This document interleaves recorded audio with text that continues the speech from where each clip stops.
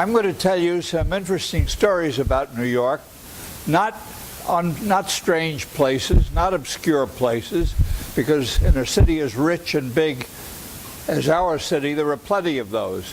I'm going to take places right under your nose, and places you think you know, but I want to tell you stories about them that are very accurate historically, but maybe you haven't heard.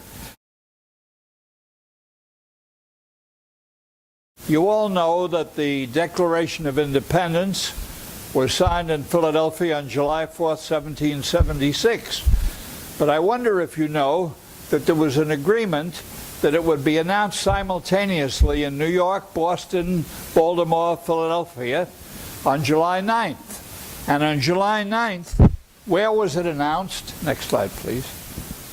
In front of what is now City Hall. And there, in front of City Hall, George Washington had drawn up the entire United States Army, which was about 3,000 troops at that time, and he ordered that the Declaration of Independence be read to them. Now, the copy that he had that was read from in New York, next one, was this one. This is the original that was released, and only one name was on it, John Hancock.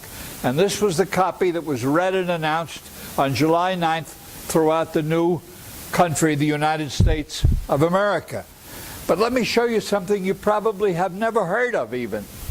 This is a monument right in front of City Hall, and I'll read it. Near this spot, in the presence of General George Washington, the Declaration of Independence was read and published to the American Army, July 9th, 1776.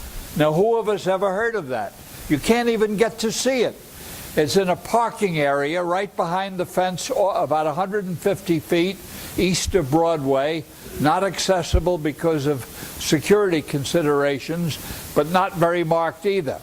I should tell you that I had been wanting to photograph it for a long time, and finally I got permission to go in there to do it. And it was my luck, it was a snowy day, and I got there, and it was covered with snow, and I just took my hand and brushed it over, and all of a sudden it became very legible because it's been rusted and neglected all these years.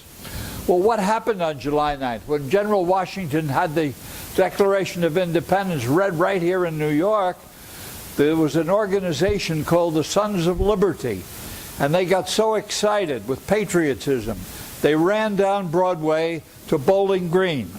And when they got to Bowling Green, behind the fence, that's the fence that's there now, there was a statue of King George III, and they knocked it down. And you know what? See those fence posts, the main posts there?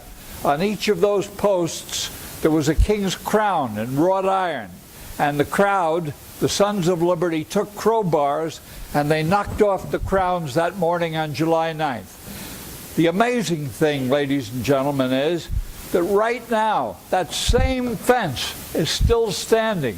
You can see it. It's the same fence that was there on July 9th, 1776, and you can touch with your own hands and feel the rough spots where the crowd broke off the king's crown.